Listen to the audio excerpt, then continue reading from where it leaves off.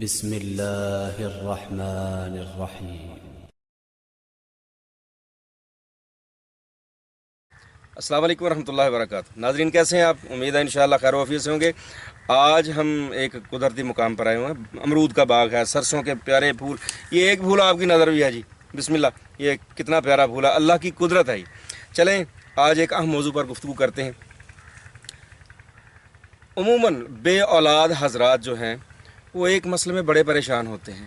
ایک تو سیمن پروڈکشن کا مسئلہ ہے، اس کے بعد پر سیمن میں پس سیلز بہت زیادہ ہیں، ایپیتھیلیل سیلز ہیں، اس میں ریڈ بلڈ سیل آ رہے ہیں، اور عقیم ہوتے ہیں، اس کو طب کی زبان میں عقیم کہتے ہیں، مردانہ بانجھ پن۔ سب سے پہلا مسئلہ جب آپ رپورٹ کروائیں کسی لیب سے، اچھی لیب سے، اتھینٹک لیب سے رپورٹ کروائیں، تو اس میں آپ کا سب سے پہلے جو آتا ہے وہ آتا ہے اس کا سیمن کی جو آپ کی مقدار ہے وہ آتی ہے۔ اس کے بعد پھر آتا ہے اس کا پی ایچ لیول آتا ہے۔ پی ایچ لیول کے بعد اس کا وہ پتلا پن یا گاڑھا پن، اس پہ وہ انہوں نے ہنٹ کیا ہوتا ہے۔ اس کے بعد آتی ہے کہ ٹوٹل سپرم کاؤنٹ آپ کیا ہیں۔ ٹوٹل سپرم کاؤنٹ میں اگر آپ کے ٹوٹل سپرم کاؤنٹ جو ہے 60 سے 120 ملین پر سی سی یا پر گرام ہے تو وہ آپ کا نارمل گنا جاتا ہے۔ اس کے بعد آ جاتے ہیں ایکٹیو سپرم۔ ایکٹیو سپرم جو ہیں وہ آپ کے 60% ہونے چاہیے۔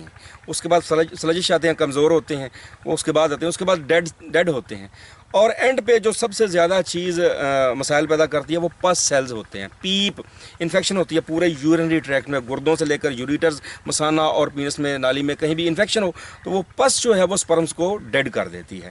اور اس کے ساتھ بعض دفعہ R B Cs, red blood cells بھی آتے ہیں، خون بھی آتا ہے۔ وہ گردوں میں پتھری ہو، وہ کہیں بھی زخم ہو تو وہاں سے پیپ بھی زخم کی وجہ سے آتا ہے، اور بعض دفعہ ایپیتھیلیل سیلز بھی ہوتے ہیں۔ اس میں ایپیتھیلیل سیلز جو ہیں وہ اس چیز کو ظاہر کرتے ہیں کہ یہ بندہ بہت زیادہ گرم چیزیں کھانے والا ہے اور اس کے گردوں میں کوئی نقص ہے، پروٹین کا اخراج بھی ہوتا ہے نا۔ تو سب سے پہلے اس کا علاج جو ہے وہ آپ نے کرنا ہے، اس کی پس کو کور کرنا ہے۔ وہ آپ کسی پیتھی سے علاج کروائیں، آپ ایلوپیتھی سے علاج کروائیں، آپ ہومیو سے کروائیں، آپ نظریہ مفرد اعضاء، سمپل آرگن تھیوری ہے، طب یونانی، ان سے علاج کروائیں۔ تو سب سے پہلے پس کو ختم کرنا پڑے گا، اس کے بعد اگلا سٹیپ۔ تو ہم اگلے سٹیپ کی بات کرتے ہیں جی آج۔ اس کے لیے اگر آپ کے سپرم کاؤنٹ کم ہے، آپ کے پاس سیلز نہیں ہیں، ایپیتھیلیل سیلز نارمل ہیں، آر بی سیز نہیں ہیں بالکل، اور آپ کی سیمن پروڈکشن کم ہے، یعنی مادہ منویہ کی افزائش بالکل تھوڑی ہے، تو اس کے لیے 3 اجزاء پر مشتمل نظریہ مفرد اعضاء کا ایک نسخہ میں عرض کرنے لگا ہوں۔ اللہ غریق رحمت کرے حضرت صابر رحمۃ اللہ علیہ، جنہوں نے سمپل آرگن تھیوری کا نظریہ پیش کر کے ہم جیسے جو تھے ان پڑھ سے بندے، ان کو 4 چاند ان کی پریکٹس کو لگا دیے۔ میں تو یہی کہوں گا، اس کے لیے 3 چیزیں ہیں حضور، نوٹ کر لیں۔ یہ کسی اچھے پنسار سٹور سے یا کسی اچھے طبیب کی زیر نگرانی یہ تیار کروائیں، کوشش کریں تاکہ کوئی پنساری، کوئی دکاندار آپ کو غلط چیز نہ دے دے۔ اس میں 3 چیزیں ہیں، ایک ہے ستاور، دوسرے نمبر پہ سنگھاڑا خشک، سردیوں کے موسم میں سنگھاڑے وہ کالے کالے رنگ کے جو مارکیٹ میں ریڑیوں پہ سیل کر رہے ہوتے ہیں، اس کا مغز ملتا ہے خشک سنگھاڑا۔ پہلا ستاور کی خشک جڑیں پنساری سے لیں، اور سنگھاڑا لیں، اور تخم ریحان جس کو نیازبو کہتے ہیں، اس کے بیجوں کو تخم ریحان کہتے ہیں۔ یہ 3 چیزیں آپ برابر وزن لے لیں۔ مثلا آپ لے لیتے ہیں 100 گرام ستاور کی جڑ لے لیتے ہیں، 100 گرام آپ سنگھاڑا لے لیتے ہیں، اور 100 گرام ہی تخم ریحان۔ آپ نے ان تینوں چیزوں کو صاف کر لیا، سنگھاڑا اور ستاور کی جڑ، 2 چیزوں کو انتہائی باریک کر کے ان کو چھان لیں، اور اس میں تخم ریحان جو ہے اس کو صاف کر کے، مٹی سے صاف کر کے اس میں مکس کر لیں، پاؤڈر آپ کے پاس تیار ہو گیا۔ اب آپ نے کرنا کیا ہے کہ روزانہ شام کے وقت ایک درمیانہ چمچ، وہ ٹیبل سپون سے تھوڑا سا درمیانہ ہوتا ہے، وہ لیں، اور گائے کا دودھ لے لیں، اچھی کوالٹی کا، خالص ہو۔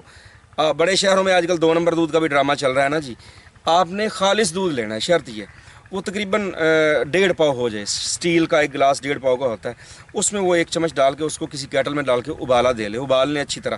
اس میں حسب ذائقہ مٹھاس کے لیے گڑ شامل کریں، چینی کے زہر سے بچیں، اس میں الائچیاں 2-4 کوٹ کے وہ بھی شامل کر لیں، اس کو اچھی طرح بوائل کر کے آپ رکھ لیں۔ رکھ دیا، صبح آپ بیدار ہوئے، نماز سے فارغ ہوئے، اذکار پڑھے، وظائف پڑھے اپنے، اس کے بعد اس کو وہ دودھ گاڑھا سا ہو چکا ہوگا، اس کو آپ تھوڑا سا نیم گرم کریں، گرم کر کے آپ اس کو نہار پیٹ پی لیں۔ اگر وہ کھیر کی شکل میں زیادہ بوائل کریں، وہ کھیر کی شکل میں ہو جاتا ہے، اس کو کھا لیں۔ اس کے بعد آپ کو اگر حاجت محسوس ہو تو آپ نیم گرم دودھ پی سکتے ہیں۔ اس کے بعد آپ نے اتنی دیر تک کھانا نہیں کھانا جب تک آپ کو آپ کی بھوک چمکے نا، چاہے وہ دوپہر 12 بجے آپ کو بھوک لگے۔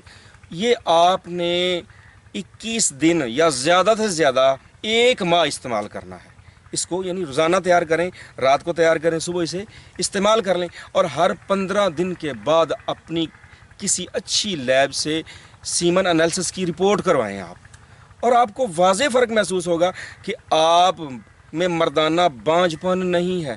انشاءاللہ آپ کے سپرمز جو ہیں، ایکٹیو سپرمز، ان کی جو مقدار ہے، ان کی جو تعداد ہے، وہ 60% سے ابو ہوگی انشاءاللہ، اور آپ ایک کامل مرد جو کہ اولاد پیدا کرنے کے قابل ہوتا ہے وہ ہوں گے انشاءاللہ۔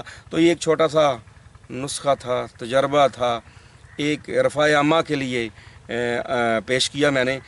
تو حضور یہ ساری ویڈیو دیکھنے کے بعد آخری ریکویسٹ ہماری جو کرتے ہیں، ایک تو ہمارے چینل کو سبسکرائب کریں، دوسرے نمبر پہ اس کی بیل آئیکن، وہ جہاں پر گھنٹی بنی ہوتی ہے، اس کو ٹچ ضرور کر دیں، ٹھیک ہے جی، تاکہ جو بھی نئی ویڈیو ہم اپلوڈ کریں آپ تک پیغام پہنچے۔ اور یہ رفع عامہ کے لیے اور صابر ملتانی رحمۃ اللہ علیہ، حکیم دوست محمد صابر ملتانی رحمۃ اللہ علیہ، جنہوں نے یہ سمپل آرگن تھیوری پیش کی، ان کی روح کو احصال ثواب کے لیے یہ سارا کچھ کر رہے ہیں۔ تو دعاؤں کی درخواست ہے، آپ ہماری محبت کو قبول کریں اور ہمیں محبتیں دیں۔ بارک اللہ فی۔ السلام علیکم ورحمۃ اللہ وبرکاتہ۔